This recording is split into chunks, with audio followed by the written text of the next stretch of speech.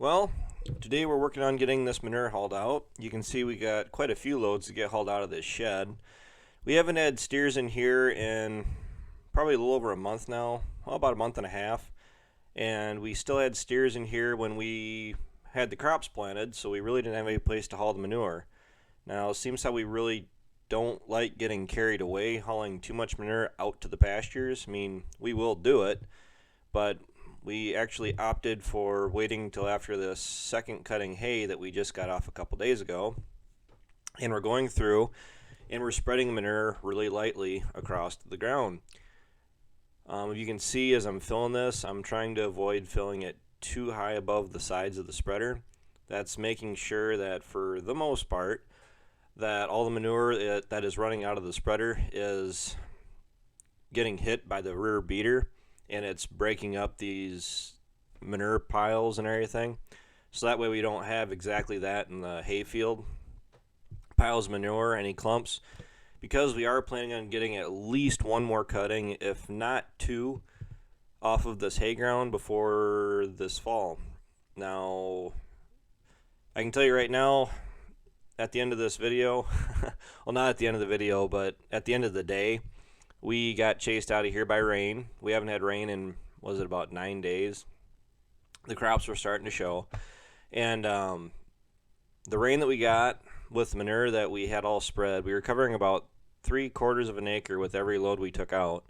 The hay really shot up. It really got, the fields really turned green. The corn and the beans really, well, they really didn't look that bad, to be honest with you. The corn was rolling up a little bit.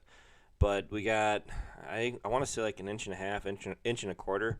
To the east of us, they got up to 5 inches. Sounds like over by Darlington, there were some cars that were completely underwater. So, I mean, we were fortunate enough not to get anything like that.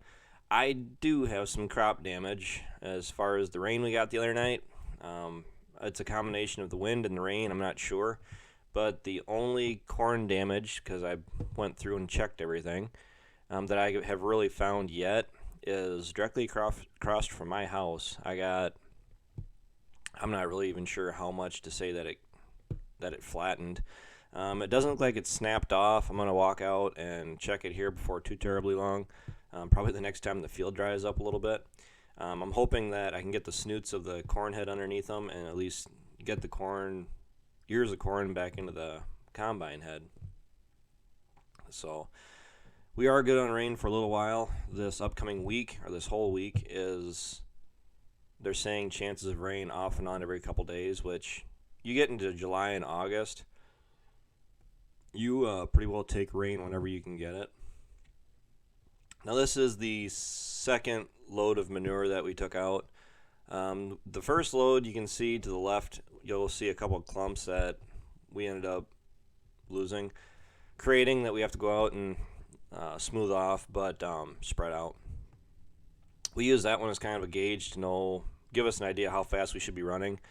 I think this round I was going about 15th gear at 2,000 RPMs. I mean, we weren't walking by any means, but we wanted to spread it fairly thin because we didn't want to risk killing out any of the grass, alfalfa, whatever. So this does work really well. Now it doesn't work as well as those vertical beater spreaders, and if it's really up to me, when the day comes where I'm looking at buying a spreader, I'm going to really look hard at either a New Holland or a Kuhn hydro push vertical beater spreader. Something that can handle bed pack easily and really throw a nice, even spread pattern out the back. The problem with these box spreaders, if we had the upper beater option, which it'd be 2 beaters, and it does a better job of spreading the manure as it goes out the back, that would work a lot better. And be completely honest with you, as of right now, I'd probably say we'd more than likely end up with a New Holland 195, hopefully like a twin beater setup where it's got an upper and a lower beater.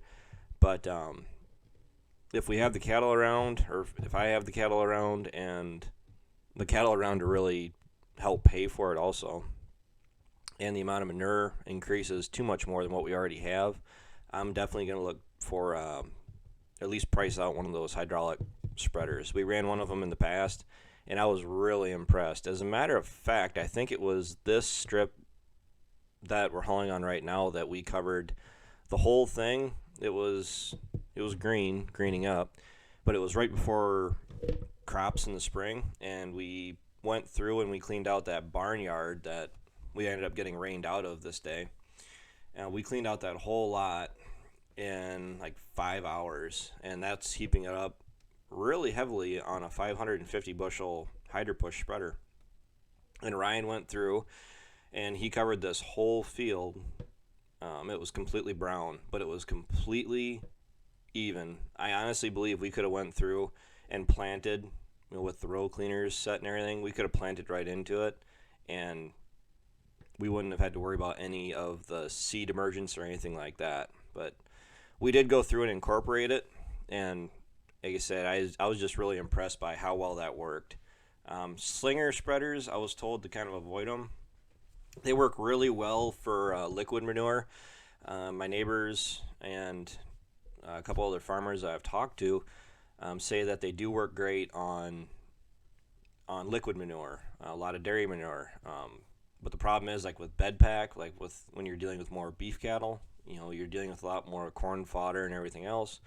That those vertical beater spreaders they're second to none. And to get away from the web, that's why I always say I would like to go to a hydraulic push, because I've had a lot of bad instances with this spreader in particular, where the web breaks with a full load of manure on it, and you have to go through and either fork off the whole thing or dig it in and try to find where the chain broke.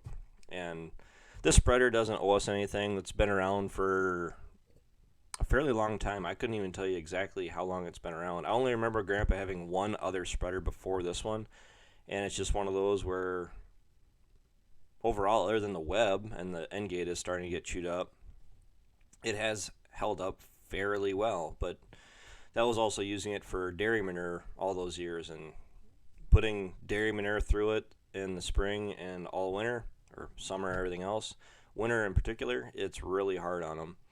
So yeah, like it's right along with everything else in the farm. It needs to be updated, but we'll get there. It's holding its own for the time being, at least. And you can see the single beater out the back. That's about all it can really do.